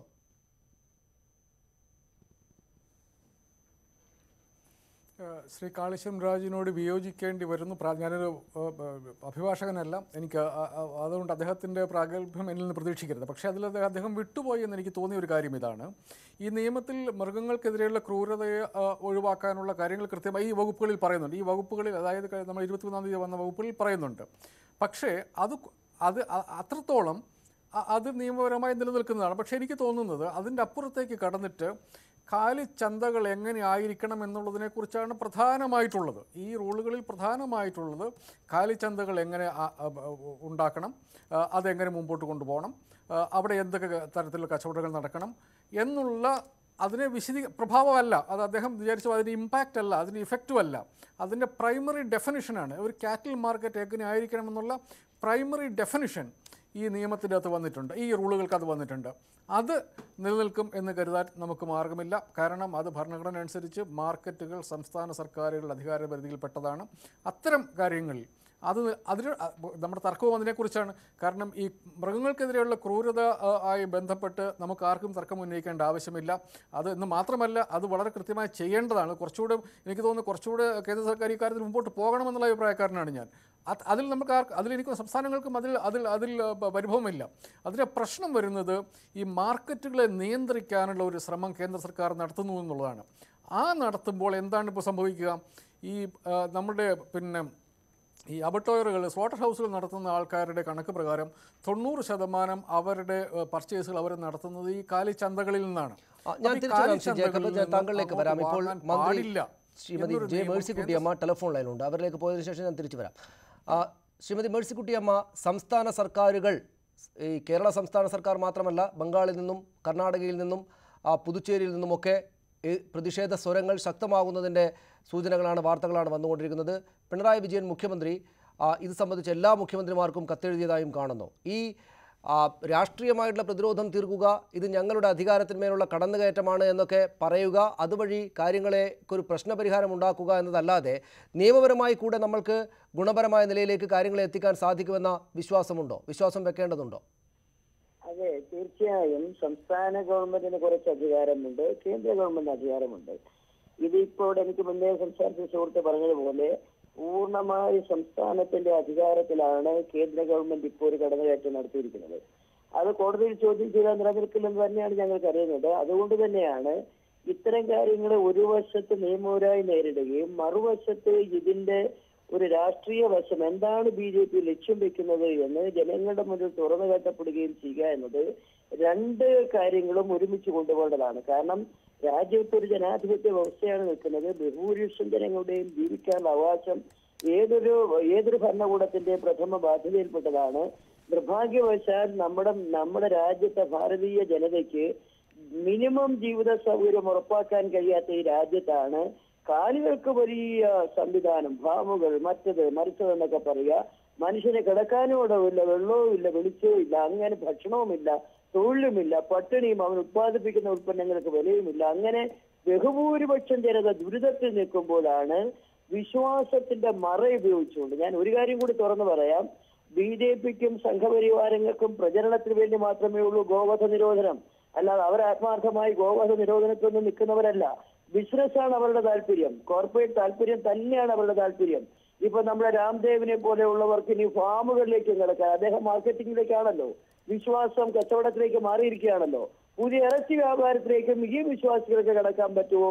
പണം നിക്ഷേപിക്കാൻ ശേഷിയുള്ളവന് ലക്ഷക്കണക്കിന് കോടിയുടെ വ്യാപാരം ഉറപ്പിക്കുക എന്ന ബിസിനസ് താല്പര്യം മാത്രമേ ഇതിന്റെ പിന്നിലുള്ളൂ. യഥാർത്ഥത്തിൽ ശ്രീമതി മേഴ്സിക്കുട്ടിയമ്മ ഈ മൃഗങ്ങൾക്കെതിരായിട്ടുള്ള അതിക്രമം തടയുക എന്നതിൽ സംസ്ഥാനത്തിന് എന്തെങ്കിലും തടസ്സങ്ങളുണ്ടോ? മൃഗങ്ങൾക്കെതിരായിട്ടുള്ള അതിക്രമം തടയുക എന്ന കാര്യത്തിൽ സംസ്ഥാനങ്ങൾക്ക് തടസ്സമൊന്നുമില്ലല്ലോ. സംസ്ഥാനത്തിന് ഇപ്പൊ തടസ്സമൊന്നുമില്ല. ഇവിടെ എല്ലാവരും സ്ലോട്ടർ ഹൗസ് നടത്തുന്നുണ്ട്, ഇറച്ചി വിൽക്കുന്നുണ്ട്. പക്ഷെ ഇന്നിപ്പോ വരാൻ പോകുന്ന പ്രശ്നം മറ്റുള്ള സ്റ്റേറ്റിൽ നിന്ന് ഇങ്ങോട്ട് വരുന്നതിനെ എങ്ങനെ ബാധിക്കും എന്നുള്ളതാണ് ഇപ്പൊ നമ്മൾ നോക്കിക്കൊണ്ടിരിക്കുന്ന പ്രശ്നം. അതാണ് നമ്മൾ സർവകക്ഷി യോഗം തന്നെ വിളിച്ച് ഇത്തരം പ്രശ്നങ്ങൾ കൂട്ടായി നേരിടുക എന്ന തരത്തിലേക്ക് ഗവൺമെന്റ് ചിന്തിച്ചുകൊണ്ടിരിക്കുന്നത്. കേരളത്തിൽ ഇപ്പൊ സിറ്റീസ് പ്രശ്നം എല്ലായിടത്തും സ്ലോട്ടർ ഹൗസ് നടക്കുന്നുണ്ട്. എന്നാൽ നമ്മുടെ കണ്ണൂരിലെ സുഹൃത്തുക്കൾ ചെയ്ത പോലെ ഇതൊക്കെ ഈ പരസ്യമായിട്ട് നമ്മളൊരു ജീവനുള്ള സംഗതിയാണല്ലോ, അതിനൊക്കെ അതിൻ്റെതായ രീതികളുണ്ട്. അതല്ലാതെ ഏതിനും അതിൻ്റെതായ രീതികളുണ്ട്. അതിനപ്പുറത്തേക്ക് കടന്നു പോകേണ്ട കാര്യമില്ല, ഇപ്പുറത്തേക്കും പോകേണ്ട കാര്യമില്ല. തീർച്ചയായും വളരെ നന്ദി ശ്രീമതി മേഴ്സിക്കുട്ടിയമ്മ ഞങ്ങളോട് സംസാരിച്ചത്. ശ്രീ JR പത്മകുമാർ, മൃഗങ്ങൾക്കെതിരായിട്ടുള്ള അതിക്രമം തടയുക എന്നതൊക്കെയാണ് നിങ്ങളുടെ ആത്മാർത്ഥമായിട്ടുള്ള വിചാരമെങ്കിൽ അല്ലെങ്കിൽ ആഗ്രഹമെങ്കിൽ അക്കാര്യത്തോട് ആർക്കാണ് തടസ്സം? ആർക്കുമില്ല. പക്ഷേ നിങ്ങൾക്ക് സംസ്ഥാനത്തിൻ്റെ അധികാരപരിധിയിലേക്ക് കടക്കണം, ഒപ്പം ഈ പറയുന്ന രാഷ്ട്രീയമായിട്ടുള്ള പ്രചാരണം നടത്തുകയും വേണം. ശ്രീമതി മേഴ്സിക്കുട്ടിയമ്മ സൂചിപ്പിച്ചതുപോലെ എന്നാൽ നിങ്ങൾക്ക് ഗോവധത്തോട് ആത്മാർത്ഥമായിട്ടുള്ള എതിർപ്പുണ്ടോ എന്ന് ചോദിച്ചാൽ എതിർപ്പില്ല എന്ന് മാത്രമല്ല, ഈ കച്ചവടമെല്ലാം ഏറ്റവും കൂടുതലായിട്ട് നടത്തുന്നത് നിങ്ങളുടെ നേതാക്കൾ കൂടെയാണ് എന്നും പറയുന്നു ചില മാധ്യമങ്ങളും മറ്റു വിവരങ്ങളുമൊക്കെ.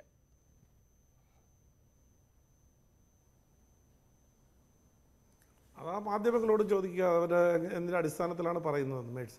പിന്നെ ഈ നിയമത്തെ സംബന്ധിച്ചിടത്തോളം നിങ്ങൾക്ക് വളരെ വ്യക്തമല്ലേ? നേരത്തെ കാളീശ്വര രാജും പറഞ്ഞിട്ടുണ്ടല്ലോ, ക്രൂവൽറ്റി തടയുക എന്നുള്ളതാണ് ഇതിൻ്റെ ഉദ്ദേശം. അതിൻ്റെ അടിസ്ഥാനത്തിലാണ് മാർക്കറ്റിൽ റെസ്ട്രിക്ഷൻ വന്നിട്ടുള്ളത്. മാർക്കറ്റിന് ഇതിന് വളരെ വിശദമായിട്ട് പറഞ്ഞിട്ടുണ്ടല്ലോ. മാർക്കറ്റിൽ ഇപ്പോൾ ഒരു 10 കന്നുകാലികളെ കാറ്റിലേക്ക് ഉൾക്കൊള്ളാൻ കഴിയുന്ന ഒരു മാർക്കറ്റിനകത്ത് നിങ്ങൾ 100 എണ്ണത്തിനെ കൊണ്ടുവന്നാൽ അതൊരു മൃഗങ്ങൾക്കെതിരായിട്ടുള്ള ക്രൂവൽറ്റിയാണ്. അപ്പോൾ അത് റെസ്ട്രിക്റ്റ് ചെയ്യുക എന്നുള്ളതാണ് ഇതിൻ്റെ ഉദ്ദേശം. ഇതിൻ്റെ അടിസ്ഥാനപരമായ ഈ നോട്ടിഫിക്കേഷൻ്റെ ഉദ്ദേശം എന്ന് പറഞ്ഞാൽ നമ്മുടെ കാർഷിക സമ്പത്തും നമ്മുടെ പരിസ്ഥിതിയും സംരക്ഷിക്കണം. അതിനു വേണ്ടിയിട്ടുള്ള ചില നിയന്ത്രണങ്ങൾ മാത്രമാണ്. നിങ്ങൾക്കറിയാമല്ലോ, ഇപ്പം പാതയോരത്ത് ബാറുകൾ പാടില്ല, 400 മീറ്റർ മാറിയേ പാടുള്ളൂ എന്ന് പറഞ്ഞാൽ അങ്ങനെ ഉണ്ടാക്കിയാൽ അതിൽ ചില നമ്മുടെ ഉപയോഗത്തിൽ കുറവ് വരും. അതാണല്ലോ അതിൻ്റെ ഉദ്ദേശം. അല്ലാതെ കുടുക്കി ആരും മദ്യപിക്കണ്ട എന്നുള്ള അർത്ഥത്തിലല്ലോ.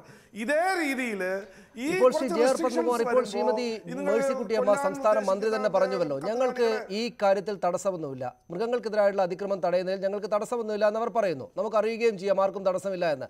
സംസ്ഥാന അഖിലേന്ത്യാ വൈസ് പ്രസിഡന്റ് കോൺഗ്രസ് പാർട്ടിയുടെ തന്നെയും അദ്ദേഹത്തിൻ്റെ തന്നെ പ്രവർത്തകരെ ഈ പ്രതിഷേധമുണ്ടായിരിക്കെ തന്നെ ക്രൂവൽറ്റി ഉള്ളതുകൊണ്ട് തടയുന്ന ആ പാർട്ടിയിൽ നിന്ന് തന്നെ പുറത്താക്കുന്ന നിലപാട് സ്വീകരിക്കുകയും ചെയ്തു. അപ്പോൾ ഈ ബേസിക് ആയിട്ടുള്ള നിങ്ങൾ പറയുന്ന ഈ പ്രാഥമികമായുള്ള കാര്യം, മൃഗങ്ങൾക്കെതിരായുള്ള അതിക്രമം തടയുക എന്ന കാര്യത്തിൽ ആർക്കും എതിരഭിപ്രായമില്ല. അത് നടപ്പാക്കുകയാണെങ്കിൽ ഒരു പേപ്പർ എഴുതി സംസ്ഥാനങ്ങൾ കൊടുത്താൽ മതി, അവർ നടപ്പാക്കിക്കോളും. അതല്ലാതെ ഇങ്ങനെ ചെയ്തുകൊണ്ടാണല്ലോ ഈ പറയുന്ന അധികാര പരിധി ലംഘനം, നിങ്ങളുടെ അമിതാധികാര പ്രവണത, നിങ്ങളുടെ കീഴ്വഴക്കങ്ങൾ ലംഘിക്കാനുള്ള ആവേശം, ഈ കാര്യങ്ങൾക്ക് മുന്നിൽ രാഷ്ട്രീയ ഗൂഢോദ്ദേശമുണ്ട് എന്ന അവർ മുന്നോട്ട് വെക്കുന്ന വാദത്തിന് വലിയ ബലം നാട്ടുകാർക്കിടയിൽ കിട്ടുന്നത്.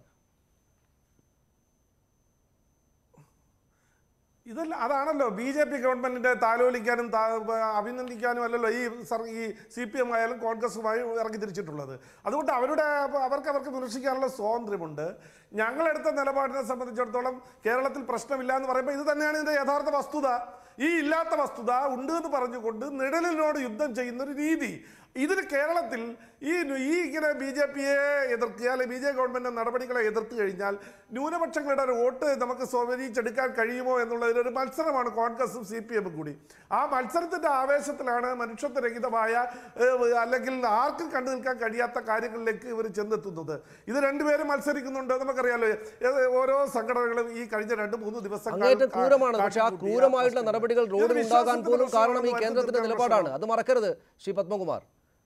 ഇതുവരെ ഇല്ലാത്ത സംഭവങ്ങൾ ഈ രാജ്യത്ത് മൃഗങ്ങളോട് അതിക്രമം നടക്കാൻ കാരണമാകുന്നത് പോലും നിങ്ങളുടെ ഈ നിലപാടാണ്. അതാ നിങ്ങൾ എന്തർത്ഥത്തിലാണ് പറയുന്നത്? നിങ്ങൾ എവിടെ നിന്നാണത് കിട്ടിയത്? അങ്ങനെയാണ് ഒരു ആക്ട് പാസ്സാക്കി കഴിഞ്ഞാൽ ഇപ്പം മനുഷ്യന് റേപ്പിനെതിരായിട്ട് ഒരു നിയമം പാസ്സാക്കി റേപ്പ് ചെയ്യുന്ന ആളെ തൂക്കിക്കൊല്ലണമെന്ന് വിധിച്ചു കഴിഞ്ഞാൽ അത്രക്ക് നിസ്സാരമായിട്ട് എടുക്കേണ്ടുന്ന സംഗതികളല്ല രണ്ടും. ഒന്ന് റേപ്പും ഒന്ന് ഈ പറയുന്ന സംഗതികളും ഇങ്ങനെ താരതമ്യത്തോട് എടുക്കേണ്ടതല്ല. ശ്രീ ലിജു, ഈ പറയുന്ന കാര്യത്തിൽ പ്രതിഷേധ സമരങ്ങൾക്ക് അതിന്റെ ഗൗരവം ഉണ്ടാകേണ്ടതായിരുന്നു. ശ്രീ ലിജു, ഈ പറയുന്ന നിയമപരമായിട്ടുള്ള കാര്യങ്ങളെ നേരാംവണ്ണം മുന്നോട്ട് വെക്കാൻ സാധിക്കും ഒന്ന്. രണ്ടാമത്തെ കാര്യം, പ്രതിഷേധങ്ങളൊക്കെ ഇങ്ങനെയാണ് ഇമ്മട്ടിൽ വഷളായ വിധത്തിൽ പാർട്ടി നേതാക്കൾക്ക് തന്നെയും എതിർക്കേണ്ടുന്ന വിധത്തിലേക്കാണ് കാര്യങ്ങൾ പോകുന്നത്. കാര്യങ്ങൾ അവരിങ്ങനെ ദുഷ്ടലാക്കോടെയാണ് ചെയ്യുന്നതെങ്കിൽ അതിന് മുന്നോട്ടേക്ക് ആയുധം വെച്ചു കൊടുക്കുകയാണ് മറ്റുള്ളവർ ചെയ്യുന്നത്. നാട്ടുകാർക്കാണ് മുഴുവൻ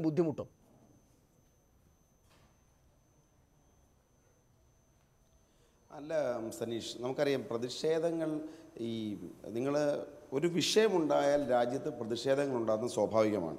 പ്രത്യേകിച്ച് ഒരു ജനാധിപത്യ രാജ്യത്തിലാവുമ്പോൾ പ്രതിഷേധങ്ങൾക്ക് വ്യത്യസ്തമായ സ്വഭാവങ്ങൾ കാണും. അപ്പോൾ തെറ്റായ രീതിയിലുള്ള പ്രതിഷേധം ഉണ്ടാകുമ്പോൾ ഉത്തരവാദിത്തപ്പെട്ടവർ തിരുത്തും. ഞാൻ നേരത്തെ പറഞ്ഞ പോലെ ചൗരി ചൗര ഇൻസിഡൻറ്റ് ഉൾപ്പെടെ നടന്നൊരു രാജ്യമാണിത്. അപ്പോൾ സ്വാഭാവികമായും സ്വാതന്ത്ര്യ സമരത്തിൻ്റെ കാലഘട്ടത്തിൽ അങ്ങനെ ഉണ്ടായപ്പോൾ മഹാത്മജിയുടെ ഭാവം തിരുത്തലുണ്ടായി എന്ന് പറയുന്നത് പോലെ തെറ്റുകൾ ഉണ്ടാകുമ്പോൾ തിരുത്തണം എന്നതിൻ്റെ അർത്ഥം തെറ്റുകൾ ഉണ്ടാകുമ്പോൾ പ്രതിഷേധിക്കുക വേണ്ട, തെറ്റുണ്ടായേക്കും എന്ന ഭയം കൊണ്ട് പ്രതിഷേധ സമരങ്ങൾ മാറ്റിവെക്കുക എന്നല്ലല്ലോ. പ്രതിഷേധ സമരങ്ങളുണ്ടായി, അതുകൊണ്ട് തന്നെ ജനത്തിന് ഇതിൻ്റെ അപകടങ്ങൾ ബോധ്യപ്പെട്ടു.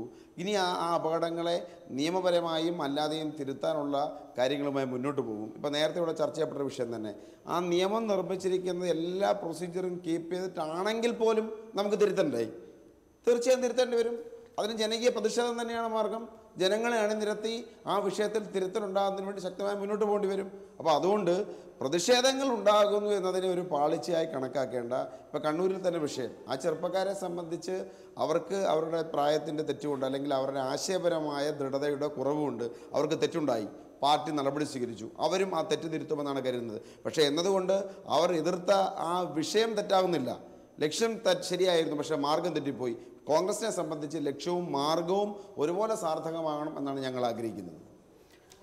ശ്രീ കെ ജെ ജേക്കബ്, നമുക്ക് ഈ ചർച്ച അവസാനിപ്പിക്കാം. ഇത് ഞാൻ നേരത്തെ ചോദിച്ചതുപോലെ താങ്കൾ വളരെ വിശദമായിട്ട് അത് എഴുതുകയും ചെയ്തിരുന്നു. അതായത് നിരവധിയായിട്ടുള്ള കാര്യങ്ങളെ ചേർത്തിണക്കിയിട്ട് ഈ സംഭവത്തിലേക്ക് എത്തിക്കുകയായിരുന്നു കേന്ദ്ര സർക്കാർ. അത് എങ്ങനെയാണ് അതിനെ എതിരിടേണ്ടത്, ഏത് നിലക്കാണ് അതിനെ എതിരിടേണ്ടത് എന്ന കാര്യത്തിൽ പൂർണ്ണ വ്യക്തതയില്ലാതെ കുഴങ്ങുന്ന ആളുകളെയും സംസ്ഥാനങ്ങളുടെ ഭാഗത്തു നിന്നും കാണുന്നുണ്ട്. ധാർമ്മികമായിട്ട് ഇത് ശരിയല്ല, നാട്ടുകാരുടെ വലിയ പ്രതിഷേധമുണ്ടാകുന്നുണ്ട്, ചില വിഭാഗങ്ങൾ അങ്ങനെ തന്നെ ചില ജോലിയിൽ നിന്ന് അങ്ങനെ തന്നെ പിഴുതെറിയപ്പെടുന്ന അവസ്ഥയുണ്ട്.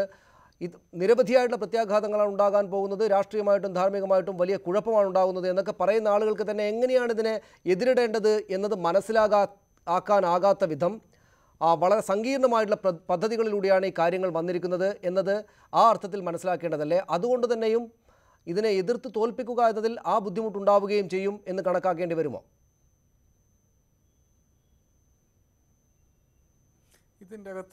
ഇതിൻ്റെ മുമ്പിൽ BJP ഒരു രാഷ്ട്രീയം നമ്മുടെ മുമ്പിൽ വെക്കുന്നുണ്ട്. അത് ശ്രീ പത്മകുമാർ പറഞ്ഞതുപോലെ അത്ര സിമ്പിളായിട്ടല്ല.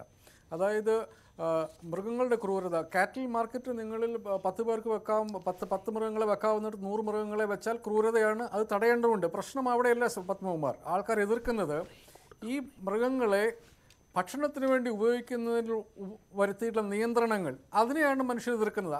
അതിൻ്റെ പുറകിൽ നിങ്ങൾ കൊണ്ടുവരുന്ന രാഷ്ട്രീയത്തെയാണ് ആൾക്കാർ എതിർക്കുന്നത്.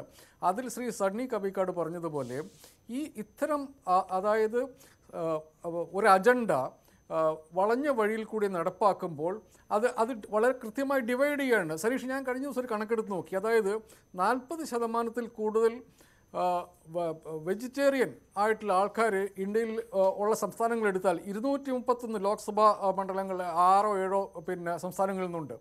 വളരെ കൃത്യമാണ് BJPയുടെ നയം. ഇത് ആൾക്കാർ ഡിവൈഡ് ചെയ്യുക എന്നുള്ളതാണ്. അപ്പോൾ അതിനെതിരെ ഒരു രാഷ്ട്രീയം തന്നെയാണ് ആൾക്കാർ മുമ്പോട്ട് വെക്കേണ്ടത്. നമുക്ക് നിർഭാഗ്യവശാൽ ഇല്ലാതായി പോകുന്നതും അതുതന്നെയാണ്. ഇപ്പോൾ BJP ഒരു രാഷ്ട്രീയം മുമ്പോട്ട് വെച്ചാൽ അതിനെതിരെ മറ്റു മനുഷ്യർക്ക് ഒരുമിച്ച് നിൽക്കാൻ പറ്റുന്ന ഒരു രാഷ്ട്രീയം നമ്മുടെ മുമ്പിലില്ല. നമ്മുടെ പ്രതിപക്ഷ നേതാക്കന്മാർക്കോ നമ്മുടെ പ്രതിപക്ഷ കക്ഷികൾക്കോ ഇല്ലാതെയായി പോകുന്നു എന്നുള്ളതാണ് ഇതിനകത്ത് സങ്കടകരമായ കാര്യം. അതിൽ ഞാൻ കണക്കാക്കുന്നത് വലിയ തോതിൽ ഇത്തരം നടപടികൾ കൊണ്ട് ഇല്ലാണ്ടായി പോകുന്ന ജീവിതവും ജീവനും ഇല്ലാണ്ടായി പോകുന്ന മനുഷ്യർ അവർ വലിയ തോതിൽ പ്രതികരിക്കുമെന്നുള്ളതാണ്. ഈ ഫോർമലായിട്ടുള്ള രാഷ്ട്രീയ പാർട്ടികളുടെ പ്രസ്താവനകൾക്ക് കാത്തു നിൽക്കാതെ വലിയ ഇതൊക്കെ മനുഷ്യരുടെ ജീവിതത്തെ ബാധിക്കുന്ന പ്രശ്നങ്ങളാണ്. ഇത് എത്ര കാലം മനുഷ്യരെ പീഡിപ്പിക്കാൻ പറ്റും എന്ന് ഭരണകൂടം അന്ന് പരീക്ഷിച്ചു കൊണ്ടിരുന്നാൽ അതിനെതിരെയുള്ള പ്രതികരണം നാട്ടുകാരുടെ ഭാഗത്ത് നിന്നുണ്ടായേ പറ്റുള്ളൂ.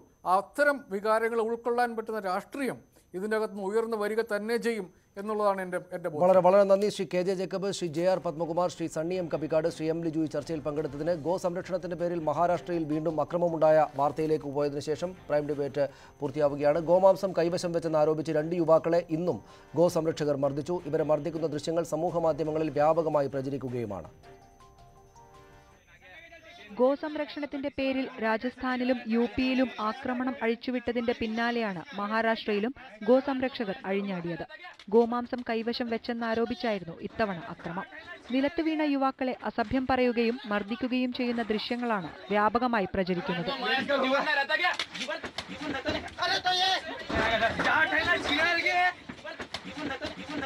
സംഭവത്തിൽ 9 പേരെ പോലീസ് അറസ്റ്റ് ചെയ്തു. മർദ്ദനമേറ്റ യുവാക്കൾക്കെതിരെ ഇന്ത്യൻ ശിക്ഷാ നിയമം 295A പ്രകാരവും കേസെടുത്തിട്ടുണ്ട്.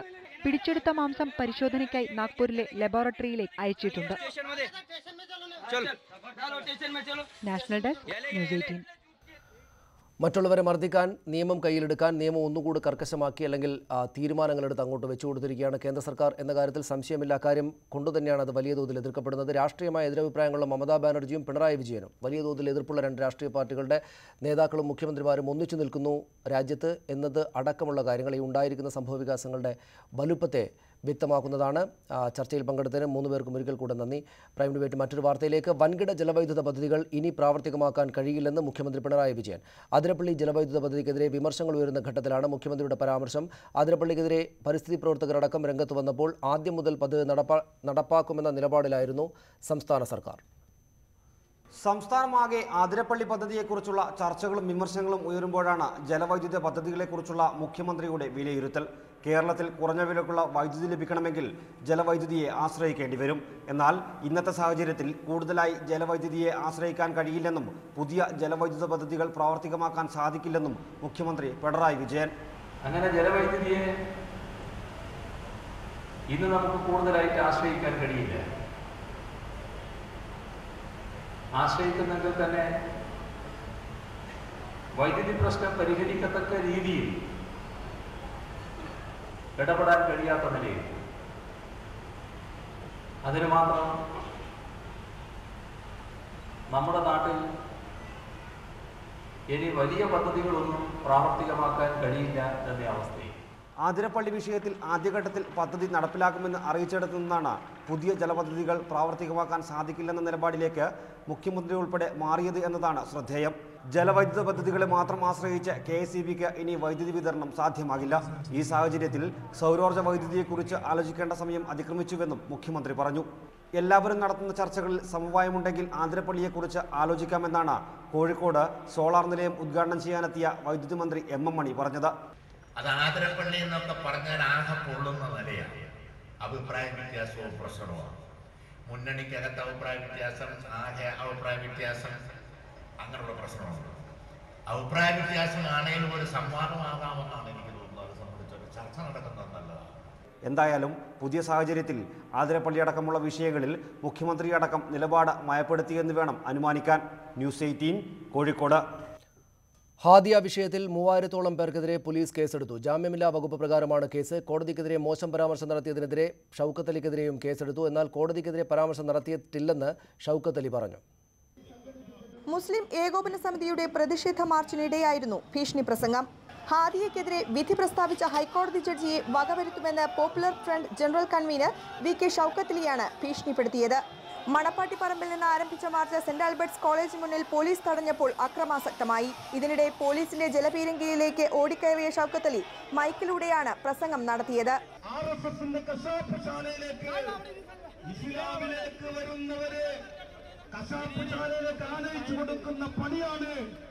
കേരള ഹൈക്കോടതിയിലെ കെ സുരേന്ദ്രമോഹൻ എന്ന് പറയുന്ന ജഡ്ജി RSSകാർക്ക് വേണ്ടി ചെയ്തുകൊണ്ടിരിക്കുന്നത്. അത്തരം നടപടികളെ അംഗീകരിക്കാൻ രാജ്യത്തെ വിശ്വാസികളായ മുസ്ലിങ്ങൾ സമ്മതിക്കുകയില്ല എന്ന് ഓർമ്മപ്പെടുത്താൻ ഞാൻ ആഗ്രഹിക്കുകയാണ്. അതേസമയം ഹൈക്കോടതി ജഡ്ജിക്കെതിരെ മോശം പരാമർശം നടത്തിയ VK ഷൗക്കത്ത് അലിക്കെതിരെ പോലീസ് കേസെടുത്തു. മുസ്ലിം ഏകോപന മാർച്ചിൽ പങ്കെടുത്ത കണ്ടാലറിയാവുന്ന 3000-ഓളം പേർക്കെതിരെയും ജാമ്യമില്ലാ വകുപ്പ് പ്രകാരം പോലീസ് കേസെടുത്തിട്ടുണ്ട്. ന്യൂസ് 18 കൊച്ചി. പ്രൈം ഡിബേറ്റ് പൂർണ്ണമാകുന്നു. നമസ്കാരം.